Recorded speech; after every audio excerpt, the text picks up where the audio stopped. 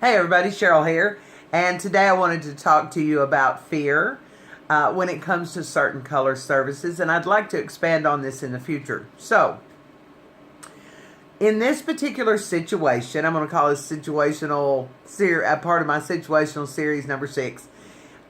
When fear takes over, it takes over most of the time with the stylist, and then when that fear takes over, we tend to step back.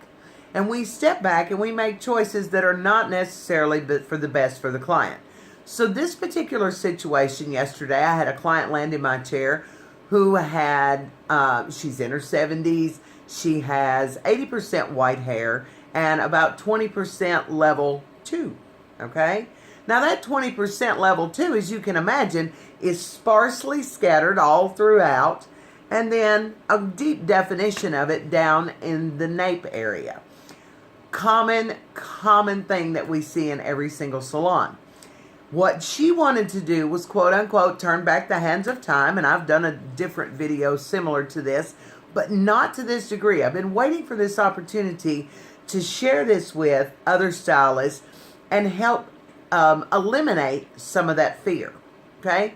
So what the stylist did was give her a cut and a color, and this is where I feel the fear came in. For fear of getting it too dark, she chose what appears to be a level 7, and she foiled it throughout the hair because she didn't want to get it too dark, I'm sure.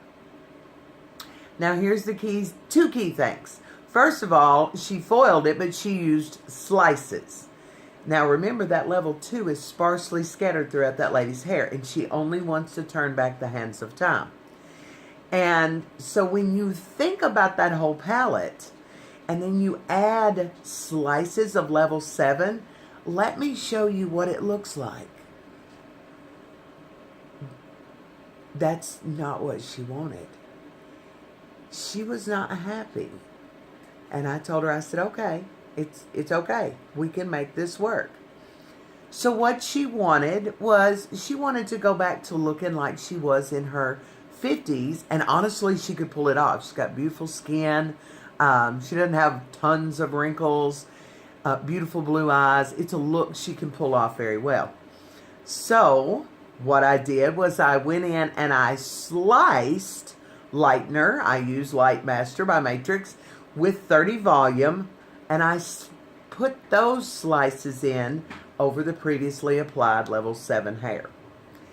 And in between that, I did other foils with weaves, tiny weaves, tiny weaves, with my Logix 2NN and 20 volume, which is designed for gray coverage. Remember, I don't want to cover her whole hair. I think maybe we kind of get hung up on that word coverage. I only want to make sure that the pieces that I put in there are covered. Does that make sense? Okay? So, that's where she was when she landed in my chair. And this is what it looked like when we got done. Okay? And look there in the nape. That shows you her real color. Okay? So she was that level 2, and all I did was add pieces in there of the level 2, and I removed the level 7 and created a much more balanced palette, because she's going to have family pictures made next week, and she did not want those patches of brown in her silver white and level 2 hair. So why the video? The video is to help you understand when you're faced with that situation and you're going to put some dark back into the hair, which I suggest in front of the client. You don't use the word dark. Use the word depth, because dark will scare the bejesus out of someone. Pardon me. And so when I put that depth back in there, if I put it at a level 2 or a level 3, very cool, with tiny pieces, then it becomes a beautiful accent to the overall palette. Whereas opposed to if I use a level 7 brown out of fear, because I don't want to get it too dark. And as you could see, if you can see in her final picture, her hair is not too dark. It's just the right balance. Okay? And that was the key thing I wanted to talk about. Not so much how I corrected it. The correction of it is very important. However, I want to help you diminish some of the fears we have behind the chair when it comes to formulating color. There's a lot of different things that we do out of fear behind the chair that ultimately lead to more challenges on down the road.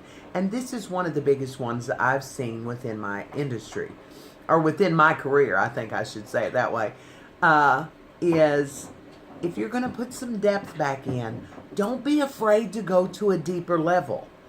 Be aware of your placement and the size of your pieces. That will determine how much depth is put back in there. The tone and the level that I choose is what will mix well with the hair. I hope all of that makes sense. I really want to expand on the whole fear behind the chair because we all have it. All of us do. We have that moment, we get behind the chair, we have an amazing consultation, we hit the dispensary, and somewhere between that chair and the dispensary we lose our minds. And we get scared. And then we mix up something totally different than what we had planned at that moment behind the chair. So I want to help dispel some of those fears. I want you guys to look for me on YouTube and on Instagram. You can find me on Instagram at color1up, C-O-L-O-R, the number 1 and up, and on YouTube at Cheryl Segraves, C-H-E-R-Y-L, S-E-G-R-A-V-E-S. And find me on Facebook. Well, if you're seeing this at this moment, you're going to be seeing it on Facebook. But message me or post on the forums your fears when it comes to being behind the chair. Because I want to make some more videos on that, but I want to take it into a whole realistic light. I hope this helps. I hope everyone has a great day. And remember to stand behind that cheer. That cheer. Okay, I'm not redoing this over that one word at the end of it. Stand behind the chair with confidence. Put your fear in your back pocket and control it. I hope everybody has a great day. Thanks.